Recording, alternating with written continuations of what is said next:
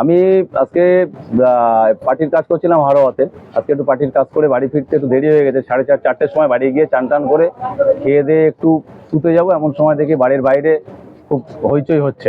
আমি বাড়ির বাইরে, আমার মা বাবা, আমাদের বাড়ির গিন্নি বললো তুমি বাড়ির ঘরে বসো, আমরা দেখে আসছি। এবং তার মধ্যে দেখি আরো হইচই শুরু হয়েছে। বাইরে গিয়ে দেখি আমার মা বাবাকে মারা হয়েছে, বৃদ্ধ মা বাবাকে মারা হয়েছে। আমার গিন্নিকে জামা কাপড় ধরে টানাটানি, মারধর, ফেলে দেওয়া মাটিতে, এবং আমার ছোট বাচ্চাটা তাকেও মারধর করা হয়েছে। দীর্ঘদিন ধরে দল করার পরে এতদিন দলের কাউকে খুঁজে পাওয়া যায়নি, হঠাৎ করে কোথা থেকে কিছু বিজিবি এসে আমার বাড়িতে হামলা করলো।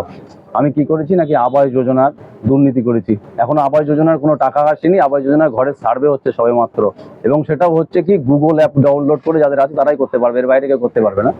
এই নিয়ে বিক্ষোভ দেখায় এবং আমার উপরে হামলা করে, রড লাঠি বাঁশ দিয়ে আমাকে মারধর করে, আমার মাথা ফাটিয়ে দেয়, বুকে পাথর মারে এবং টেনে হাঁচড়ে করে মারধর করে। শুরুটা কখন হয়েছিল? শুরুটা ঠিক 4:30-র সময় শুরু হয়েছে। এবং আমি বাড়ির বাইরে এসে দেখি কিছু মহিলা আর কিছু আর্মাদ বাহিনী দুষ্কৃতী, যারা এতদিন আইএসএফ টাইএসএফ করতো, অন্য অন্য দল করে এখন বিজেপিতে আছে, তারা এবং কিছু লোকজন বাড়ি থেকে হইচই করছে যে চোর, আবাস যোজনা চোর, এই বলে আমার বাড়ির উপর হামলা করে।